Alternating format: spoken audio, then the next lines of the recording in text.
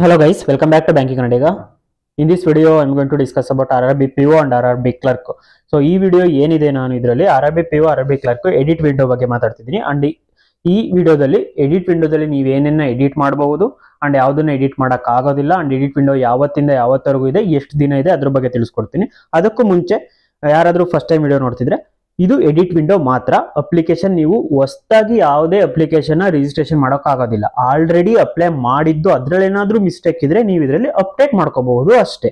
ಮತ್ತೆ ಅಂಡ್ ಏನೇನು ಎಡಿಟ್ ಮಾಡ್ಬೋದು ಏನೇನು ಎಡಿಟ್ ಮಾಡಬಾರ್ದು ಅಂತ ನಾನು ಅಪ್ಲಿಕೇಶನ್ ಬಗ್ಗೆ ವಿಡಿಯೋ ಮಾಡಿದಾಗಲೇ ಹಾಕಿದ್ದೆ. ಸೊ ಯಾವುದೇ ಕಾರಣಕ್ಕೂ ಯಾವ್ದು ಇಂಪಾರ್ಟೆಂಟ್ ಇನ್ಫಾರ್ಮೇಶನ್ ಇರುತ್ತೆ ಅದನ್ನ ಅವರು ಎಡಿಟ್ ವಿಂಡೋದಲ್ಲೂ ನಿಮಗೆ ಎಡಿಟ್ ಮಾಡಕ್ ಬಿಡೋದಿಲ್ಲ. ಅದು ಯಾವ್ದು ನಿಮಗೆ ಎಡಿಟ್ ಮಾಡೋಕೆ ಆಗೋದಿಲ್ಲ ಅಂತ ಅಂದ್ರೆ ಈ 2 ದಿನ ಅಂದ್ರೆ 6ನೇ ತಾರೀಕು 7ನೇ ತಾರೀಕು. ಸೊ ನೋಡಿ, ನಿಮ್ಮ ನೇಮ್ ಹೆಸರೇನಿದೆ ಅದು, ನಿಮ್ಮ ಇಮೇಲ್ ಐ ಡಿ, ನಿಮ್ಮ mobile number, state or UT ಅಂದ್ರೆ union territory field in vacancy ಅಂದ್ರೆ ನೀವು ಅಪ್ಲೈ ಮಾಡಿರೋಂಥ ಸ್ಟೇಟ್ನ ನೀವು ಚೇಂಜ್ ಮಾಡೋಕ್ಕಾಗೋದಿಲ್ಲ. ಅಂಡ್ ನೀವು ಫಿಲ್ ಮಾಡಿರೋಂಥ ಅಡ್ರೆಸ್ ಅಲ್ಲಿರೋ ಸ್ಟೇಟ್ ಆಗ್ಲಿ ನೀವು ಚೇಂಜ್ ಮಾಡೋಕ್ಕಾಗಲ್ಲ. ಕರೆಸ್ಪಾಂಡೆನ್ಸ್ ಇರ್ಬೋದು ಅಥವಾ ಪರ್ಮನೆಂಟ್ ಅಡ್ರೆಸ್ ಇರ್ಬೋದು. ಮತ್ತೆ ನೀವು ಅಪ್ಲೈ ಮಾಡಿರೋ ಪೋಸ್ಟ್ ಅಂದ್ರೆ ಈಗ RRB PO ಅಪ್ಲಿಕೇಶನ್ ಏನಿತ್ತು ಆಫೀಸರ್ ಅಪ್ಲಿಕೇಶನ್ ಅಲ್ಲಿ ಸ್ಕೇಲ್ 1, ಸ್ಕೇಲ್ 2, ಸ್ಕೇಲ್ 3, ಅಗ್ರಿ ಆತರ ತುಂಬಾ ಇತ್ತು. ಅದರಲ್ಲಿ ನೀವು ಆಫೀಸರ್ ಸ್ಕೇಲ್ 1 ಅಪ್ಲೈ ಮಾಡಿರ್ಬೇಕು. ಯಾರು ಅಂತಂದ್ರೆ ಯಾವುದೇ ಸ್ಪೆಷಲ್ ಗ್ರಾಜುಯೇಷನ್ ಇಲ್ಲದೆ ಇರೋರು ಮತ್ತೆ ಎಕ್ಸ್ಪೀರಿಯನ್ಸ್ ಇಲ್ಲದೆ ಇರೋರಿಗೆ ಫ್ರೆಶ್ ಎಂಟ್ರಿ ಇದ್ದಿದ್ದು ಆಫೀಸರ್ ಸ್ಕೇಲ್ 1 ಒಂದಕ್ಕೆ ಮಾತ್ರ. ಸೊ ಆ ಪೋಸ್ಟ್ ನೀವು ತಪ್ಪಾಗಿದ್ರೆ ಏನು ಮಾಡೋಂಗಿಲ್ಲ, ನೀವು ಅದನ್ನ ಎಡಿಟ್ ಮಾಡೋಕ್ಕಾಗೋದಿಲ್ಲ. ಯಾವುದೇ ಕಾರಣಕ್ಕೂ ನೀವು ಹೆಲ್ಪ್ ಲೈನಿಗೆ ಕಾಂಟ್ಯಾಕ್ಟ್ ಮಾಡಿದ್ರು ಅವರು ನಿಮಗೆ ಎಡಿಟ್ ಮಾಡೋಕೆ ಪ್ರಾವಿಷನ್ ಕೊಡೋದಿಲ್ಲ. ಮತ್ತೆ ನ್ಯಾಷನಾಲಿಟಿ ಇಂಡಿಯಾ ಅದನ್ನ ಇದಿಷ್ಟು ನೀವು ಎಡಿಟ್ ಮಾಡೋಕ್ಕಾಗಲ್ಲ. ಮತ್ತೆ ಇನ್ನೊಂದು ಗಮನದಲ್ಲಿ ಇಟ್ಕೊಳ್ಳಿ, ಒಂದು ಸಲ ನೀವು ಈ ಎಡಿಟ್ ವಿಂಡೋದಲ್ಲಿ ಎಡಿಟ್ ಮಾಡಿ ಸಬ್ಮಿಟ್ ಮಾಡಿದ್ಮೇಲೆ ಮತ್ತೆ ಒಂದ್ಸಲ ಟೈಮ್ ಇದ್ರೂ ಈಗ 6ನೇ ತಾರೀಕು ಎಡಿಟ್ ಮಾಡಿ ಸಬ್ಮಿಟ್ ಮಾಡ್ತೀರಾ, ಮತ್ತೆ ತಪ್ಪು ಮಾಡಿರ್ತೀರ, ನಾನು ತಪ್ಪು ಮಾಡಿದ್ದೆ ಅಂದ್ಬಿಟ್ಟು ಮತ್ತೆ ನೀವು 7th ಎಡಿಟ್ ಮಾಡೋಕ್ಕಾಗಲ್ಲ. ಒಂದು ಸಲ ಎಡಿಟ್ ಮಾಡಿದ್ರೆ ಮುಗೀತು. ಅಪ್ಡೇಟೆಡ್ ಫಾರ್ಮ್ ನ ಮತ್ತೆ ಎಡಿಟ್ ಮಾಡೋಕೆ ಅವರು ಅವಕಾಶ ಕೊಡಲ್ಲ. ಇದು ಈ ಸೆಕೆಂಡ್ ಪಾರ್ಟ್ ಅಲ್ಲಿ ಇದೆ ನೋಡಿ. No updation will be allowed in case a candidate make a mistake in updated application. So ಗಮನ ಕೊಟ್ಟು ಎಡಿಟ್ ವಿಂಡೋ ಬಿಟ್ಟಿರೋದೇ ನಿಮ್ಮ ಅದೃಷ್ಟ. ಆ ಟೈಮಲ್ಲಿ ಕರೆಕ್ಟಾಗಿ ನೀವು ತಪ್ಪು ಮಾಡಿದ್ರೆ ಎಡಿಟ್ ಮಾಡಿಬಿಟ್ಟು ಒಂದು ಸಲ ಅಪ್ಲಿಕೇಶನ್ನ ನೀವೇ ಖುದ್ದಾಗಿ ಎಲ್ಲ ಲೈನ್ ಬೈ ಲೈನ್ ಓದ್ಬಿಟ್ಟು ಸಬ್ಮಿಟ್ ಮಾಡಿ.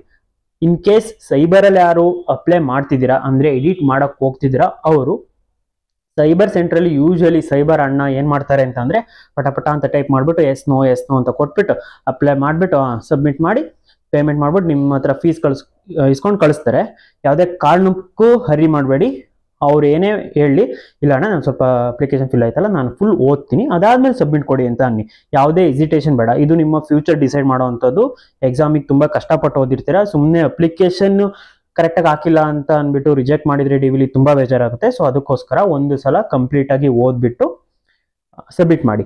ಅಂಡ್ ಅದ್ ಬಿಟ್ಟು ಇನ್ನ ಯಾವುದು ಚೇಂಜ್ ಮಾಡಬಹುದು ಅಂತ ಅಂದ್ರೆ ನಿಮ್ಮ category in case SC ST PWBD ಇದ್ರೆ ಈ 3ರಲ್ಲಿ ಏನಾದ್ರೂ ಮಿಸ್ಟೇಕ್ ಮಾಡಿದ್ರೆ ನೀವು ಈ 3ರಲ್ಲೇ ಎಕ್ಸ್ಟೆಂಡ್ ಮಾಡ್ಬೋದು. ಮತ್ತೆ SC ಇದ್ದು ಅಪ್ಲೈ ಮಾಡಿರ್ತಾರೆ, SC ಮಿಸ್ ಆಗಿ ಅಪ್ಲೈ ಮಾಡಿರ್ತಾರೆ, ಬಟ್ ನೀವು ಜನರಲಿ ಬಿಲಾಂಗ್ ಆಗಿದ್ರೆ ನೀವು SC ಇಂದ ಜನರಲಿಗೆ ಎಡಿಟ್ ವಿಂಡೋದಲ್ಲಿ ಎಡಿಟ್ ಮಾಡಕ್ ಆಗೋದಿಲ್ಲ. ಸೊ ಅದೇ ಕೊಟ್ಟಿರೋದು ಈ 3ರಲ್ಲೇ ಶಫಲ್ ಮಾಡ್ಬೋದು. ಈ 3 ಕ್ಯಾಟಗರಿನ ಈ 3 ಕ್ಯಾಟಗರಿಯಲ್ಲೇ ಶಫಲ್ ಮಾಡ್ಬೋದು. ಅಂಡ್ ಎಡಿಟ್ ವಿಂಡೋ ಫೀಸ್ ಏನಪ್ಪಾ ಅಂತ ಅಂದ್ರೆ 200 ರೂಪಾಯಿ. ಈ 200 ರೂಪಾಯಿ ಯೂನಿಫಾರ್ಮ್ ಆಗಿ ಎಲ್ಲಾ ಇರ್ರೆಸ್ಪೆಕ್ಟಿವ್ ಆಫ್ ಎನಿ ಕ್ಯಾಟಗರಿ ಎಲ್ಲಾ ಕ್ಯಾಟಗರಿ ಅವರು 200 ರೂಪಾಯಿ ಪೇ ಮಾಡಬೇಕು. ಎಡಿಟ್ ವಿಂಡೋ ಓಪನ್ ಇರೋ ಟೈಮಲ್ಲಿ ಎಡಿಟ್ ವಿಂಡೋ ನೀವು ಯೂಸ್ ಮಾಡಿದ್ರೆ ಮತ್ತೆ ಆಲ್ರೆಡಿ ಯಾರು ಎಡಿಟ್ ವಿಂಡೋ ಇಲ್ಲ ಅವರು ಅಂದ್ರೆ ಎಡಿಟ್ ಏನು ಇಲ್ಲ ಅವರು ತಲೆ ಕೆಡಿಸ್ಕೊಳ್ಳೋದು ಬೇಡ. ನಿಮ್ದು ಏನು ಅಪ್ಲಿಕೇಶನ್ ಇರುತ್ತೆ ಫೈನಲ್ ಅದೇ ಫೈನಲ್. ಸೊ ನೀವೇನು ಎಡಿಟ್ ಮಾಡೋದು ಬೇಡ, ಅದನ್ನೇ ಡೌನ್ಲೋಡ್ ಮಾಡಿ ಇಟ್ಕೊಳ್ಳಿ. ಅಂಡ್ ಅಪ್ಲಿಕೇಶನ್ ನ ಯಾವುದೇ ಕಾರಣಕ್ಕೂ ಮಿಸ್ ಮಾಡ್ಕೋಬೇಡಿ, ಡೌನ್ಲೋಡ್ ಮಾಡಿ ಇಟ್ಕೊಂಡಿದ್ರೆ ಬೆಟರ್. ಅಂಡ್ ಆಬ್ವಿಯಸ್ಲಿ ನಿಮ್ದು ಫೈನಲ್ ರಿಸಲ್ಟ್ ಬಂದ್ಮೇಲೆ ಅಪ್ಲಿಕೇಶನ್ ಡೌನ್ಲೋಡ್ಗೆ ಅಂತಲೇ ಲಿಂಕ್ ಬಿಡ್ತಾರೆ.